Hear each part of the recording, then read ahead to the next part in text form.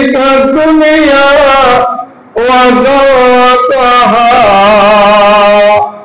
ومن علومك علم الله والقلم اللهم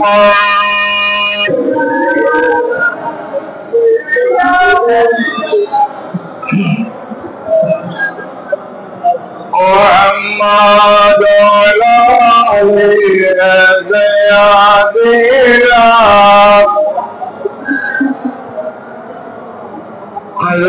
رفعت في الدار فقد ترى कहूँगा क्या गुजरता उम्मतों पर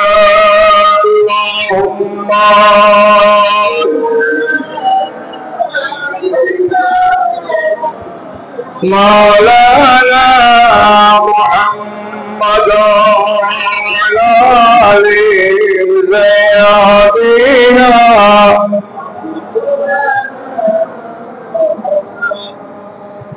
उपस्थित हजराते उलमाए किराम मशाइख इज़ाम मुसल्लियाने किराम दूर दूराন্ত থেকে যারা এসেছেন নিকটবর্তী করতে যারা এসেছেন সবার উদ্দেশ্যে মা বোনেরা আসসালামু আলাইকুম ওয়া রাহমাতুল্লাহি ওয়া বারাকাতুহু। মহান রব্বুল আলামিনের দরবারে আলিশানে লক্ষ লক্ষ কোটি কোটি শুকরের সিজদা আদায় করছি যে আল্লাহ রাব্বুল আলামিন আমাদেরকে মুসলমান বানিয়েছেন। একবার বলি আলহামদুলিল্লাহ। রাসূল পাকের আরওয়ায়ে তৈয়বায় লক্ষ লক্ষ কোটি কোটি দরুদ আর সালাম প্রেরণ করছি যার উসিলা আল্লাহ রাব্বুল আলামিন আমাদেরকে সবচেয়ে উত্তম উম্মত হওয়ার সুযোগ দান করেছেন। একবার বলি সাল্লাল্লাহু আলাইহি ওয়াসাল্লাম। আজকের খুতবার আলোচ্য বিষয় আগামী কয়েকদিনের মধ্যে জিলহজ চাঁদের তথা কোরবানির চাঁদ দেখা যাবে। কোরবানির চাঁদ যখন আসবে জিলহজ চাঁদের 1 থেকে 10 তারিখ পর্যন্ত পবিত্র কোরআন শরীফে হাদিস শরীফে কি আছে, উলামায়ে কেরাম কি বলেছেন, এই 10 দিনের গুরুত্ব কি, এই 10 দিন ইবাদত করলে উপকারিতা কি, জিলহজ চাঁদের প্রথম 10 দিন এর ইবাদতের ফজিলত কি, এ প্রসঙ্গে আজকের খুতবার আলোচ্য বিষয় এবং আমাদের করণীয় কি, আমরা কি কি কাজ করব 10 দিনে। এ প্রসঙ্গে আল্লাহ রাব্বুল আলামিন পবিত্র কোরআন মাজিদে বলেন বিসমিল্লাহির রহমানির রহিম ওয়াল ফাজরি ওয়াল লায়ালিন আশর ওয়াস সাবহি ওয়াল ওয়াতর। আমরা শপথ করি আল্লাহর নাম নিয়ে, আর আল্লাহ শপথ করেন কোন জিনিসের নাম নিয়ে। কেন? যে জিনিস গুরুত্বপূর্ণ, যে জিনিস দামি বেশি, যে জিনিসের মূল্য বেশি, ওই জিনিস নিয়ে আল্লাহ শপথ করেন। তার মধ্যে এখানে আল্লাহ শপথ করে কেবল ফজরের সময়ের শপথ, অথবা ফজরের নামাজের শপথ, অথবা ফজর অর্থ হলো আলোকিত হওয়া, অন্ধকার দূরীভূত হওয়া, অন্ধকার দূরীভূত হওয়ার শপথ আল্লাহ শপথ করেছেন। এবং সাথে আল্লাহ শপথ করেছেন 10 রাতে। সুবহানাল্লাহ বলেন। 10টি গুরুত্বপূর্ণ রাতে আল্লাহ শপথ করেছেন। এখানে মুফাসসিরিন ইকরাম লিখতেছেন এই 10 রাত 10 দিন এগুলো হলো জিলহজ চাঁদের 1 তারিখ থেকে 10 তারিখ পর্যন্ত।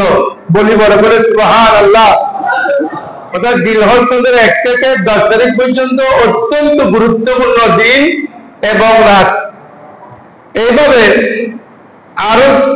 আরো 10 দিনই আছে। আরেকটি 10 হলো মহরম চাঁদের 1 থেকে 10 তারিখ পর্যন্ত গুরুত্বপূর্ণ দিন। এভাবে পবিত্র রমজান মাসের শেষের 10 দিন অত্যন্ত গুরুত্বপূর্ণ। তাহলে সবগুলো মিলে 3-10 গুরুত্বপূর্ণ হলো। এই 1-10 সামনে আমাদের পবিত্র জিলহজ চাঁদের 1 থেকে 10 পর্যন্ত, 10 তারিখ পর্যন্ত এগুলো অত্যন্ত গুরুত্বপূর্ণ। ওখানে ইবাদত করার বেশি ফজিলত রয়েছে এবং ইবাদত করলে মানুষ ভাগ্যবান হয়, নেককার হয়, দিনদার হয়, জান্নাতি হয়। আল্লাহ আমাদেরকে এই 10 দিন, গুরুত্বপূর্ণ 10 দিনে ইবাদত করার আল্লাহ তৌফিক দান করুন, আমিন। ওয়াসবে ওয়াল ওয়াতরে, সবে মানে হলো জোড়া, জোড়া শপথ। ওয়াল ওয়াতরে, বেজোরের শপথ। কেন একটি কথা খেয়াল রাখবেন, আমাদের মাহবুবেরা অনেক সময় ফতোয়া দেয় বেজোড়া জিনিস ভালো নয়। কি বলে? বেজোড়া। হাদিস শরীফে এসেছে ইন্নাল্লাহ বিতরুন, আল্লাহ বেজোর। বেজোর মানে আল্লাহ কয়জন? জোড়া বেজোর। কুল হুয়াল্লাহু ইন্নাল্লাহ বিতরুন ইউহিব্বুল বিতরা, আল্লাহ বেজোর। বেজোরকে আল্লাহ পছন্দ করেন, সুবহানাল্লাহ বলেন। তাহলে মা বোনদের ফতোয়া আর হাদিস শরীফের ফতোয়া এক না ভিন্ন? মা বোনেরাদেরকে আমি অনুরোধ করবো, যেখানে সেখানে ফতোয়া দিবেন না। ইসলামের ব্যাপারে যেখানে সেখানে ফতোয়া দেওয়া নিষেধ। আল্লাহ হেদায়েত করুক, আমিন বলেন। এরপরে বলতে তো 2 নম্বরে জিলহজ চাঁদের 10 দিনের ইবাদত আল্লাহর কাছে বেশি পছন্দনীয়। 3 নম্বরে বলতেছেন যে এই 10 দিনের মধ্যে আপনি 10 দিনের মধ্যে কোরবানিও আছে, হজ আছে। জিলহজ চাঁদের 9 তারিখ আপনার আরাফাতের ময়দানে থাকতে হয়। 7 তারিখ থেকে মিনায় থাকতে হয়। আবার 9 তারিখ আরাফাতের ময়দান থেকে মুজদালিফার ময়দানে যেতে হয়, ওয়াজিব। আরাফাতের ময়দানে থাকা ফরজ।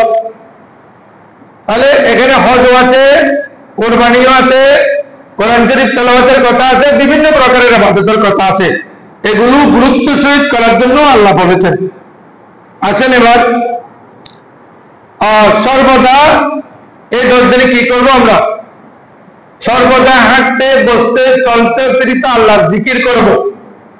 এবার আল্লাহ বলেন ইয়া আইয়ুহাল্লাযীনা আমানু উযকুরুল্লাহ যিকরান কাসীরান ওয়া সাব্বিহুহু বুকরাতান ওয়া আসীলা। সুবহানাল্লাহ। আল্লাহ বলছেন এই জিকির তো করতে হবে, বিশেষ করে এই 10 দিন বেশি বেশি করে জিকির করো। হ্যাঁ ইমানদারেরা, এই 10 দিন বেশি বেশি করে জিকির করো। বিশেষ করে সকালবেলা জিকির করো, সন্ধ্যাবেলা জিকির করো, রাত্রের দিনে জিকির করো। অন্য জায়গায় আছে আলা বিযিকরিল্লাহি তাতমাইন্নুল কুলুব।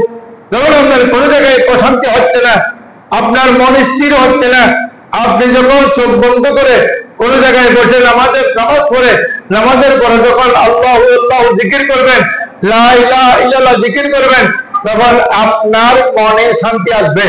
বড় করে বলি সুবহানাল্লাহ। এরপরে বলছেন আফজালু যিকরি লা ইলাহা ইল্লাল্লাহ, সবচেয়ে উত্তম জিকির হলো লা ইলাহা ইল্লাল্লাহ। আল্লাহ রাসূল বলেছেন মাসলুল্লাযী ইয়াযকুরু রাব্বাহু ওয়াল্লাযী লা ইয়াযকুরু মিসলুল হাইয়্যি ওয়াল মাইয়্যিতি। মিশকাত শরীফ। যারা আল্লাহ জিকির করে তারা জিন্দা, জীবিত, আর যারা আল্লাহ জিকির করে না তারা মৃত্যু। হুজুর আপনি বললে হবে নাকি? এই তো হাঁটে, মরা হইলে হাঁটে কেমনে? এই তো খাবার খায়, খায় কেমনে? কয় না ইলেকট্রিকের উপরে ঠিক আছে, ভিতরে যখন খুলছে তখন কয়েল জ্বলে গেছে। ফ্যান চলে না কেন? ফ্যানের কয়েল ভিতরে ভিতরে চলে গেছে, দেখা যায় না। ওই মিস্ত্রিকে যখন দেখাও, মিস্ত্রি বলে এটার ভিতরে কয়েল জ্বলে গেছে। উপরে পিঠপাট ঠিক আছে, ভিতরে কিন্তু শেষ অয়েল চলে গেছে। সুতরাং এটা মানতে হতো যারা আল্লাহর জিকির করে না, আল্লাহর ইবাদত করে না, তারা মৃত্যু মানুষের মতো। এটা আমি বলি না, হাদিস শরীফ আল্লাহ রাসূল বলেছেন।